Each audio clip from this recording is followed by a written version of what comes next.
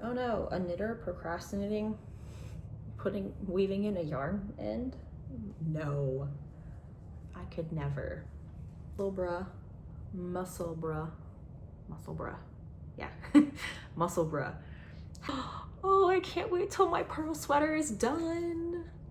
Hi, and welcome to Yarn Crafts with Allison. I'm Allison, and I'm so glad you're here. Grab a project to work on and your beverage of choice. Today I'm drinking soda water, and let's chat about what I've been knitting.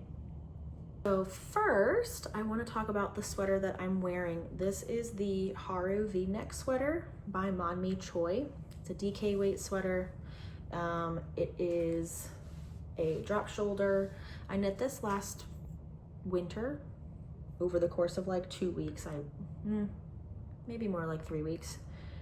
I pretty much exclusively knit on this for a few weeks and finished it.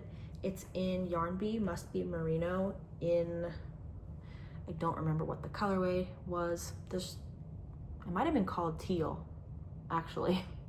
I don't remember now, but it's all over stockinette. This isn't the best wearing yarn. It's kind of going fuzzy really fast. I haven't worn this. I've worn it a bunch now that it's been getting cooler, but I didn't wear it more than a few times in the spring. I guess it would have been like early spring when I knit this, because then by the time I really finished it, it wasn't really warm enough to wear all that much, but it's already getting pretty pilly. So I've been thinking, I really enjoyed the sweater. I love the neck detail. Excuse my shirt, my ugly t-shirt, but you pick up around for the neck to here, and then you knit it really wide, and then you sew it into the little flat bit. You overlap it, and I think that's really pretty. And I intended this to be worn like a sweatshirt, but it's not a hard wearing yarn. I didn't really think about that at the time. I think I would like to find a more hard wearing wool and knit a second version of this, possibly in like a brown, or not really sure, but that might appear on my needles relatively soon. I've been really thinking about that a lot. But let's get into the whips and finished objects. Ow! I whacked the table with my hand.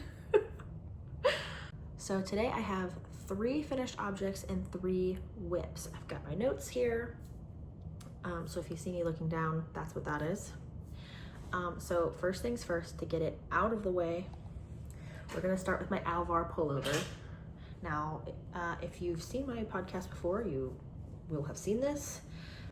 This was a finished object months ago. I wore it once when it first started to get cold, and discovered that I didn't actually like the length I had made it. I wanted it a couple inches longer. So here is my actual, let's see, there it is. Here's my finished object, and I didn't bother blocking the ribbing after I made it longer. I just made the ribbing longer. I didn't do any of the texture in the body. So you can definitely see, it's really showing up on camera, where I made it longer. I just didn't bother to block it because I'm gonna wash it eventually and it'll be fine. And in person, it's not as obvious in person as it is on camera. That's interesting. But I just added, I think it's like 2.5 inches to the bottom, and I love it. It's wonderful. This is the Alvar pullover by Sari Nordlund. I did this in Drops Cotton Merino. That's been in my stash for a long time. I don't remember the color name. I don't have any of the bands left. I'm sure I could look it up, but it's just like a medium gray. I'm excited to no longer talk about this sweater. I mean, I love the sweater, wearing it, but I'm sick of talking about it on the podcast. Second finished object is one that I'm so excited for. Dun, dun, dun, dun. Oh my gosh, it's so vibrant on camera. I mean, it's vibrant in person, but it's like glowing on the camera. So this is the Hannah cardigan by Noelle Knits. It's in the Knitting for Olive Merino, and I held it double to make a DK weight yarn. And this is the color Pink Daisies. I made the 4 to 5 year old size for my almost 4-year-old daughter. I was going to do, whoops. So she's got the love heart buttons on there. That was, those buttons were the inspiration for the whole project when we found those buttons. That was what made her ask me for a pink sweater. The pattern has 2 options for a button band, so it gives you instructions for a regular ribbed button band or a double knit button band. I've never done a double knit button band before. It was something I still intend to learn, but I got to the point of actually doing it and I went, I don't have the mental capacity to do this right now. I want to eventually, but I have a 2 and a 3-year-old. We just moved. So I said, you know what? I'm just gonna keep this simple, do the ribbed button band and save learning double knitting for another time. I understand it in theory, I've just never done it. And I just decided I don't have the brain space for that. So went with the easy option and we'll learn double knitting a different time. But she has worn this a few times now. So cute. And she really likes it. I really, really want to make myself a sweater out of this yarn. So that is my Hannah cardigan. The third finished object that I have today is actually one that I just did in the last week or so. I cast it on last Friday and I finished it, I think this past Friday, so exactly a week. I made a little raglan, top-down raglan for my son. This is the Good Old Raglan pattern by OHanlon Cohrt, which it's a really, really great pattern. It's free and I've used this a bunch of times for different sweaters for my kids. This is my go-to child raglan sweater pattern. I love the sweater. She gives the option for short row shaping to raise the back of the neck, which I did opt to do, but it's in this really pretty rust color. It's a little bit darker in person than it is showing up on my phone camera. This yarn is fine. It's actually the same yarn that this sweater is made of. It's the Must Be Merino by Yarn Bee, which is the Hobby Lobby brand. It's a discontinued yarn. I purchased a bunch of it when it was on clearance like 3 or 4 years ago now. It's 50% merino, 30% nylon. Actually, I have another ball of it here. It's 50% merino wool, 25% acrylic, 25% nylon. I lay it flat to dry, but I can put this in the washing machine and it doesn't get destroyed by the washing machine. And it's just intended to be like a throw over a long sleeve, you're going out to play sweatshirt kind of thing. So he's worn this a couple times. Love the pattern. I love the color. The color is rust. This is a discontinued yarn, but really, really pretty. I did laugh though, because he wore it once and at one point he raised his arm and my husband said, I think there's an end. I think there's a yarn end that you forgot to weave in on Caleb's sweater. And I went, oh, that's weird. Okay.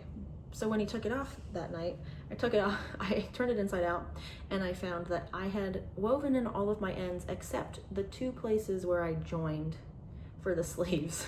Somehow just managed to miss those 2. So that made me chuckle and I still haven't done it yet. Still haven't woven those in. Oh no, a knitter procrastinating, weaving in a yarn end? No, I could never. Anyway, so this is our good old raglan. So cute. This ranges in sizes from 0 to 3 months to, let's see, I think I wrote it down. Yeah, 0 to 3 months to 13 to 14 years. So like any age child, you're gonna find a sweater, a size for them in this pattern. I love this pattern so much. So that's the good old Raglan for my son. So those are my 3 finished objects, and I have 3 whips to talk about today too. So the first one we'll talk about is my Musselburgh, yeah, Musselburgh hat by Ysolda Teague. You start at one end with a little pinhole cast on. You increase, you do a long tube just of stockinette in the round, and then once it's long enough to fold inside itself, you take one end and you kind of fold it inside itself, and then maybe it eventually will be a double, you know, you do all the decreases here, and then it's a double folded hat. And I intend to do this long enough that I can also like cuff it once, so it'll be like that ish once I'm done. So that's this pattern. This is a great hat pattern. This is how much I have left of the first ball, and based on the yardage that I'm estimated to need, I will have to break into my second skein of this. For the adult sizes, this isn't really a 1 skein pattern. For the kid sizes, it is. I think the adult small can be done with 1 skein,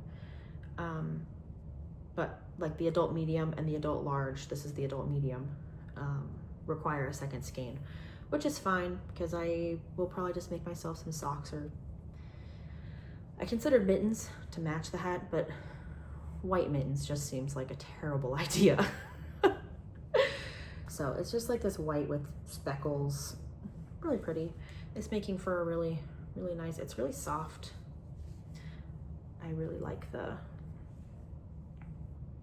patterning there, so pretty. So that's my Musselburgh.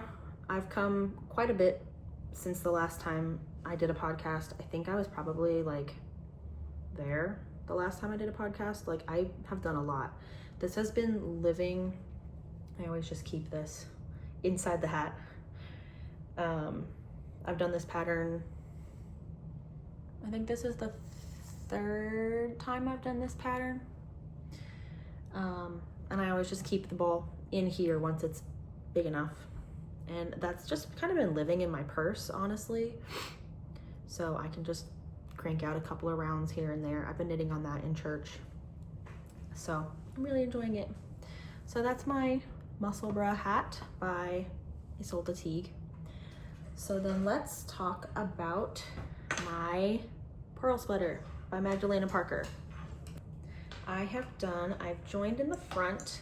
I've joined the front of the yoke for the neckline. I did all the neckline shaping, and now I'm working my way down back and forth in the front until it's the same length as the back, and then I'll join in at the underarms, and that'll be the top of my sweater. So I am really enjoying this pattern. I'm taking it pretty slow. This is my first cable knit full-size sweater. I've done a baby knit cabled project before, but I've never done a full-size, like adult size sweater. So I'm just taking it really slow. But look at how pretty that is. Oh my gosh. I'm still obsessed with this pattern. I can't remember who makes this yarn. I bought it at the yarn festival back in May. The base is called Sprout DK. It's the color Natural. But I can't remember the name of the company of the dyer. I'll put it here. They're local to me. I was down in Lexington, but they're actually in the Cincinnati area where I am. So that was really cool. I'm enjoying knitting it, but I also cannot wait to wear this sweater. The video that aka Nora Knits put out recently, she was wearing hers. She was talking about Rhinebeck, and she was wearing her version of this, of the pearl sweater, which is a very similar color to mine. And I saw it and I just went, oh, I can't wait till my pearl sweater is done. I can't wait. I love it so much. So that's my, look, just look at that. My goodness. How pretty. My son got my pen that I was keeping with my notes for this sweater, and a drop of ink got on it. Right in there. You can't even see it, which I'm relieved about. I'm really relieved that I had to just search for this. But the yarn, the pen touched my ball of yarn, and then it ended up making a little, wow, yeah, I'm so relieved. You can't actually see that.